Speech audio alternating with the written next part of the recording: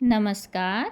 आइए सुनते हैं शेखर जोशी जी की लिखी कहानी दाजू।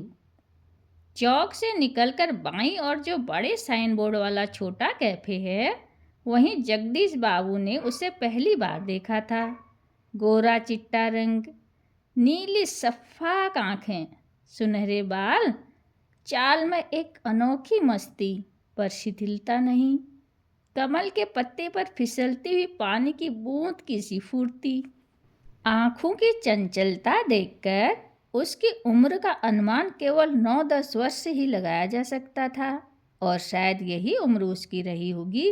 अर्धजली सिगरेट का एक लंबा सा कस खींचते हुए जब जगदीश बाबू ने कैफे में प्रवेश किया तो वह एक मेज पर से प्लेटें उठा रहा था, और जब वे पास ही कोने की टेबल पर बैठे तो वह सामने था, मानो घंटों से उनकी उस स्थान पर आने वाले व्यक्ति की प्रतीक्षा कर रहा हो।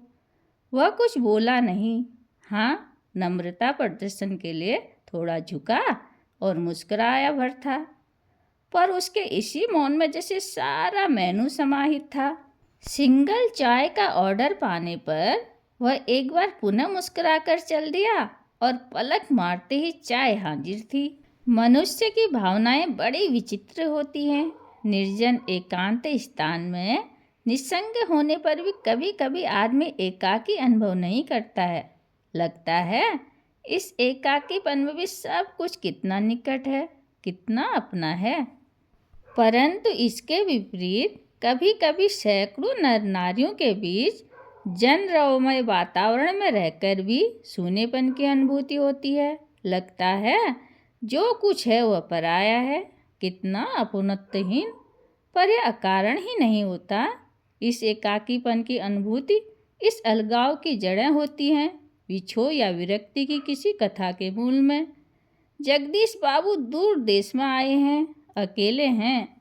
चौक की चहल पहल, कैफे के शोरगुल में उन्हें लगता है सब कुछ अपनत्वहीन है।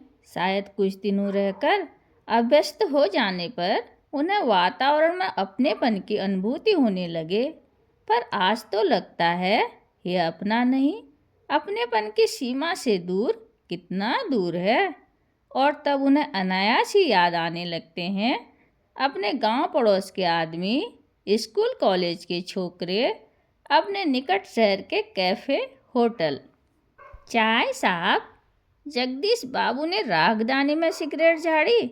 उन्हें लगा इन शब्दों की ध्वनि में वही कुछ है जिसकी रिक्तता उन्हें अनुभव हो रही है, और उन्होंने अपनी शंका का समाधान कर लिया। क्या नाम है तुम्हारा? मदन। अच्छा, कहाँ के रहने वाले हो? पहाड़ का हूँ बाबूजी। पहाड़ तो सैकड़ों हैं। आबू, दार्जिलिंग, मसूरी, शिमला, अल्मोड़ा। तुम्हारा गांव किस पहाड़ में है? इस बार शायद उसे पहाड़ और जिले को भेद मालूम हो गया। मुस्कुराकर बोला, अल्मोड़ा साहब, अल्मोड़ा। अल्मोड़ा में कौन सा गांव है? विशेष जानने की गरज से जगदीश बाबू ने पूछा। इस प्रश्न से उसे संकोच में डाल दिया। शायद अपने गांव की निराली संज्ञा के कारण उसे संकोच हुआ था, इसलिए टालता हुआ बोला, वह तो दूर है साहब, अल्मोड़ा से 15-20 मील होगा। फिर भी नाम तो कुछ होगा ही? जगदीश बाबू ने जोर देकर पूछा। डोट्यालगों, वह सकुचाता हुआ सा बोला। जगदीश बाबू के चेहरे पर पुती हुई एकाकीपन की स्याही दूर हो गई, और जब उन्होंने मुस्कुराकर मदन को बताया कि वे भी उसके निकटवर्ती गांव के रहने वाले हैं, तो लगा जैसे प्रसन्नता के कारण अभी मदन के हाथ से ट्रे गिर पड़ेगी। उसके मुंह से शब्द निकलना चाहकर भी न निकल सके। खोया खोया सा वह मानो अपने अतीत को फिर लौट लौट कर देखने का प्रयत्न कर रहा था।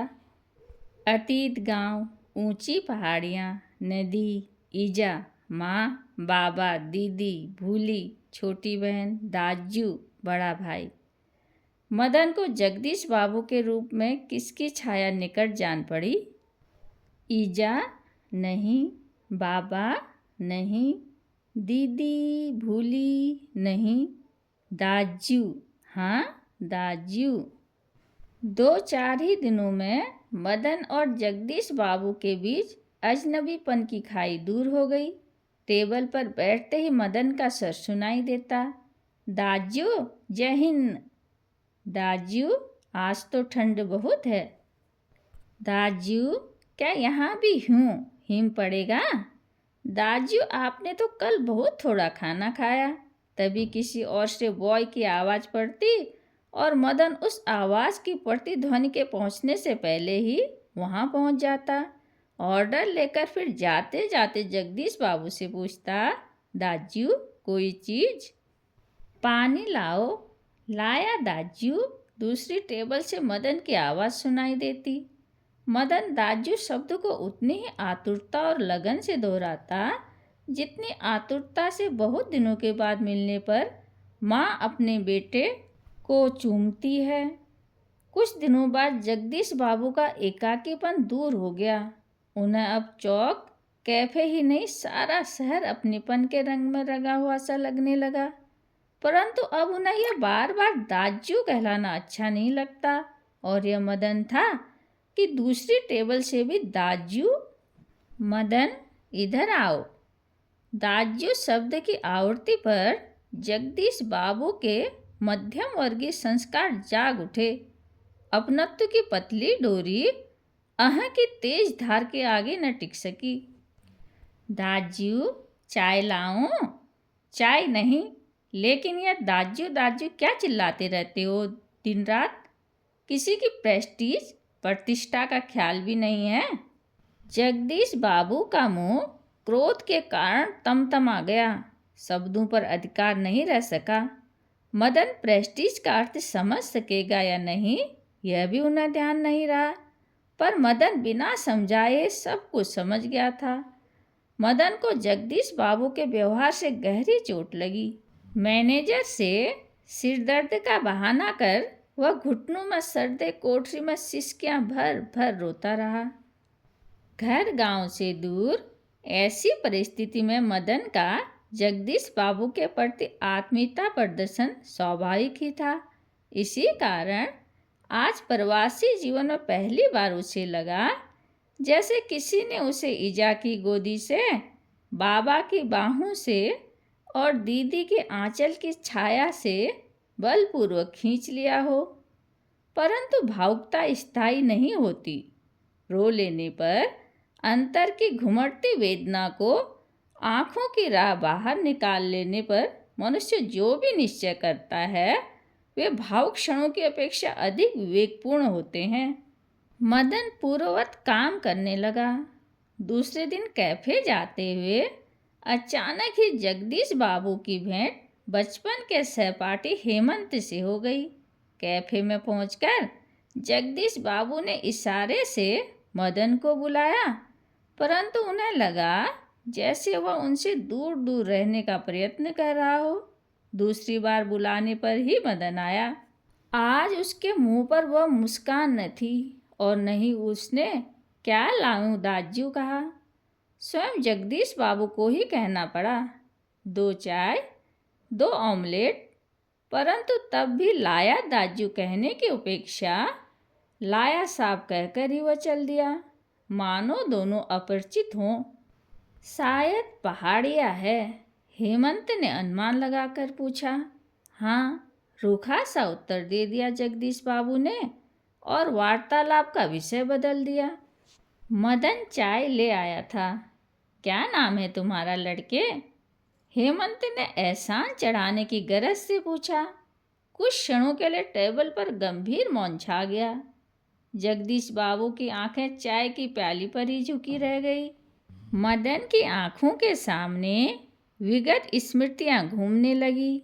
जगदीश बाबू का एक दिन ऐसे ही नाम पूछना, फिर दाजू आपने तो कल थोड़ा ही खाया, और एक दिन किसी की प्रेस्टीज का ख्याल नहीं रहता तुम्हें। जगदीश बाबू ने आंखें उठाकर मदन की ओर देखा। उन्हें लगा जैसे अभी वह ज्वालामुखी सा फूट पड़ेगा। हेमंत ने आग्रह के स्वर में दोहराया, क्या नाम है तुम्हारा? बॉय कहते हैं साहब मुझे। संक्षिप्त सा उत्तर देकर वह मुड़ गया। आवेश में उसका चेहरा लाल होकर और भी अधिक सुंदर हो गया। धन्यवाद।